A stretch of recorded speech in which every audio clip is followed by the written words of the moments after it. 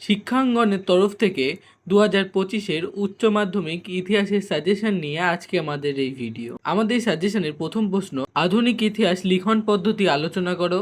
পেশাদারি ইতিহাস বলতে কি বোঝো?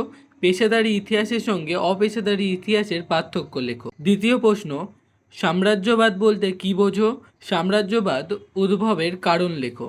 3 নম্বর প্রশ্ন, উপনিবেশবাদ ও সাম্রাজ্যবাদ বিষয়ে হবসন লেনিনের তত্ত্ব লেখো।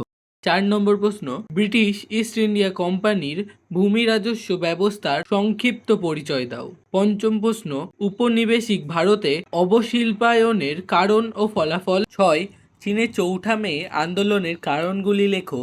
এই আন্দোলনের প্রভাব আলোচনা করো। 7, আলিগড় আন্দোলনের একটি সংক্ষিপ্ত বিবরণ দাও। 8, 1909 খ্রিস্টাব্দে মার্লে মিন্টো সংস্কার আন্দোলনের প্রধান বৈশিষ্ট্য ও গুরুত্ব আলোচনা করো। 9, রাওলাট আইনের উদ্দেশ্য কি ছিল? গান্ধীজি কেন এই আইনের বিরোধিতা করেছিলেন? 10, বাংলায় 50-এর মন্বন্তরের কারণ ও ফলাফল লেখো। 11, হো চি মিনের নেতৃত্বে ভিয়েতনাম মুক্তিযুদ্ধের বিবরণ দাও। 12, ভারতের স্বাধীনতা সংগ্রামে সুভাষচন্দ্র বসু অবদান আলোচনা করো। 13, ভারত ছাড়ো আন্দোলনে ঐতিহাসিক তাৎপর্য ব্যাখ্যা করো। এই আন্দোলনে মহিলাদের অংশগ্রহণ সম্পর্কে লেখো। 14, ক্রোম্যান নীতি ও মার্শাল পরিকল্পনা আলোচনা করো।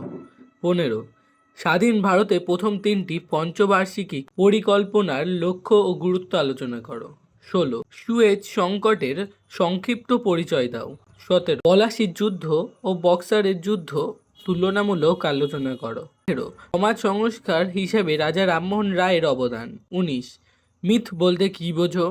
লেজেন্ড বলতে কি বোঝো? মিথ ও লেজেন্ডের মধ্যে পার্থক্য লেখো।